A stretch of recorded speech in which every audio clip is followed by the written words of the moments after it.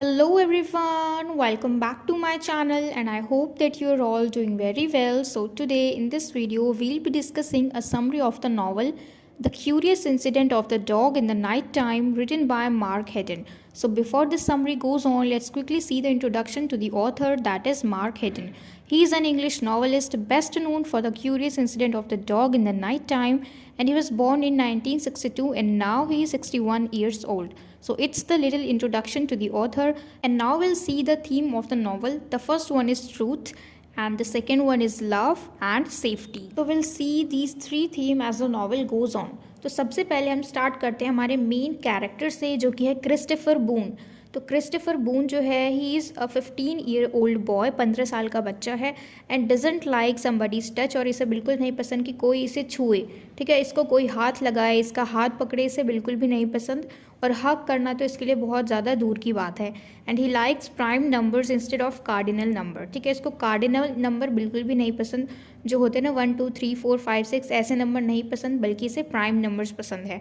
And he has a pet rat, चूहा है इसका पेट जिसका नाम है Toby, and doesn't like people shout at him, और इसे बिल्कुल भी नहीं पसंद कि कोई भी इंसान, चाहे वो इसके पिता ही क्यों ना हो, चाहे वो इसकी मदर ही क्यों ना हो, इसे बिल्कुल भी नहीं पसंद कि कोई इसके ऊपर गुस्सा करे या इसे डांटे या फिर कोई इसके ऊपर चिल्लाए, इसे बिल्कुल भी नहीं पसंद। And he always panics to see people around him, और इसे अकेले रहना पसंद है, और अगर ये कहीं बाहर जाता है और इसने अपने आसपास लोगों को देख लिया तो ये बहुत ही ज़्यादा पैनिक हो जाता है, बहुत ज़्यादा घबराने लग जाता है। And he likes dog as they are honest creatures, इसे कुत्ते बहुत ज़्यादा पसंद है क्योंकि वो ऑनेस्ट होते हैं, लॉयल होते हैं। And he wants to become an astronaut, और इसको एस्ट्रोनॉट बनना है बड़े होके। क्यों? क्योंकि ये खुद कहता है कि इसके अंदर वो सारी क्वालिटीज़ हैं जो कि एक अच्छे एस्ट्रोनॉट में होनी चाहिए। And he lives in Swindon, और बाद में ये चला जाता है लंदन में अपनी मदर के पास। ठीक है, तो कहानी में इसके फादर इसे शुरू में बताते हैं कि इसकी मदर जो है वो इस दुनिया में नहीं है, इसकी मदर मर चुकी है, लेकिन बाद में इसे पता लगता है कि इसकी मदर स्विंडन में नहीं रहती हैं बल्कि लंदन में रहती है, और इसके फादर ने इससे झूठ कहा। उसके बाद ही doesn't like fairy tales fantasies but mysterious novels, और इसे फेरी टेल्स जो होती है ना, बच्चों की कहानियाँ जिसमें बहुत सारी काल्पनिक चीज़ें होती हैं, इमेजिनेशन होती है, उड़ने वाली परियाँ, ये सब बिल्कुल भी नहीं पसंद, बल्कि इसे मिस्टीरियस चीज़ें पसंद है, मिस्टीरियस नॉवल जिसमें दिमाग लगाया जाए, मतलब ऊट पटांग चीज़ें नहीं है पसंद, सीरियस चीज़ें पसंद है। यानी ये बाकी बच्चों से अलग है, क्योंकि जो बच्चे होते हैं, छोटे बच्चे, उन्हें ये सारी चीज़ें अच्छी लगती है, ऊट पटांग सी चीज़ें, उड़ने वाली चीज़ें, मतलब जो चीज़ इम्पॉसिबल हो उन्हें ऐसी चीज़ें अच्छी लगती है। लेकिन ये कहता है कि इसे वो सब कुछ नहीं पसंद, इसे सीरियस चीज़ें पसंद है, मिस्टीरियस पसंद है, जिसमें इसका दिमाग लगे। And his favourite novel is the Hound of the बास्करविलीज।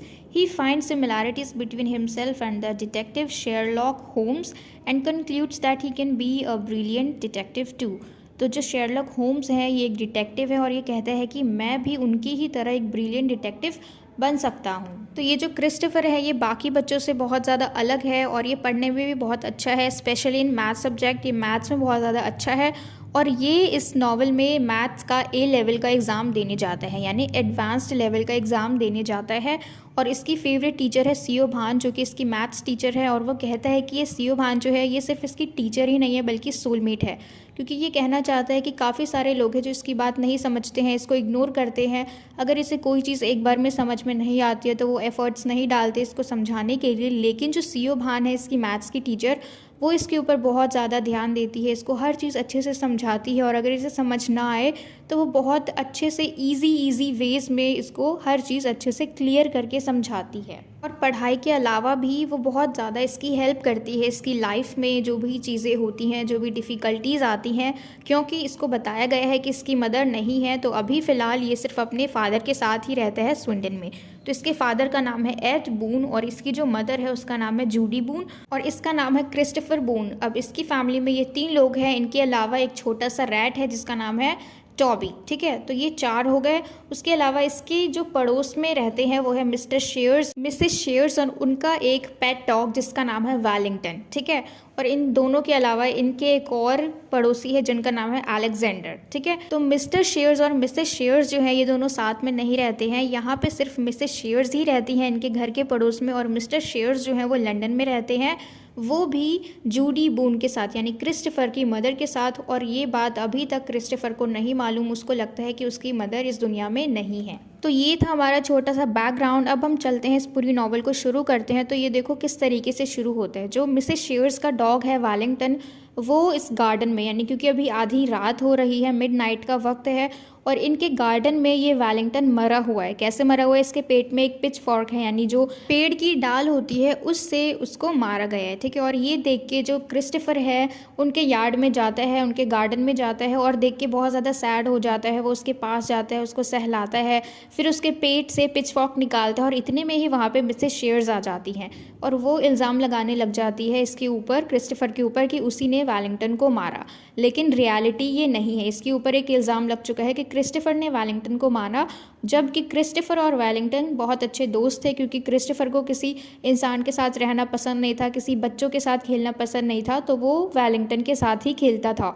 और अब वो बहुत ज़्यादा सैड है क्योंकि वेलिंगटन मर चुका है, ठीक है। तो सबसे मेन चीज़ जो हमें अभी जाननी ज़रूरी है कि इसको मारा किसने। अब यहाँ पे जो क्रिस्टोफर है वो समझ जाता है कि उसको अब क्या काम करना है, तो वो सोचता है कि यहाँ पे ये डिटेक्ट करने वाला है कि वेलिंगटन को किसने मारा। इस मिस्ट्री को सॉल्व करने वाला है ये, और इसीलिए हमारी ये जो नॉवल है ये एक मिस्ट्री नॉवल है कि वेलिंगटन को किसने मारा।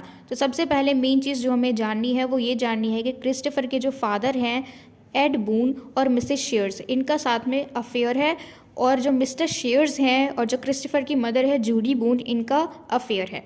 तो जूडी बून और मिस्टर शेयर्स जो हैं ये लंदन में रहते हैं, और एड बून जो है वो मिसेस शेयर्स के साथ रहते हैं, लेकिन अपने अपने घर में रहते हैं अभी, ठीक है, एक साथ नहीं रहते। तो क्योंकि जो मिसेस शेयर्स हैं वो किसी बात पे एड बून से नाराज़ हो गई थी, मिस्टर बून से नाराज़ हो गई थी, तो इसलिए जो एड बून है यानी जो क्रिस्टोफर के फादर है उनको गुस्सा आया, और उस गुस्से को एक्सप्रेस करने के चक्कर में उन्होंने वेलिंगटन को मार दिया, और ये बात किसी को भी नहीं पता, ठीक है।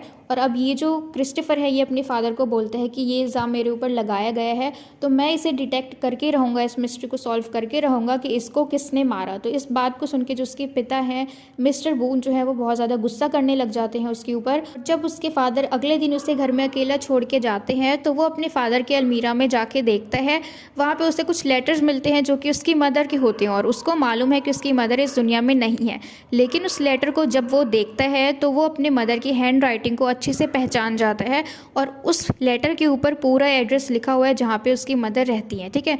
तो ये चीज़ पढ़ के वो बेहोश हो जाता है, क्योंकि अब उसे मालूम चल गया कि उसकी मदर ज़िंदा है, लेकिन उसे बताया गया था कि उसकी मदर मर चुकी है हार्ट अटैक की वजह से, और ये बात उसको उसके फादर ने बताई थी।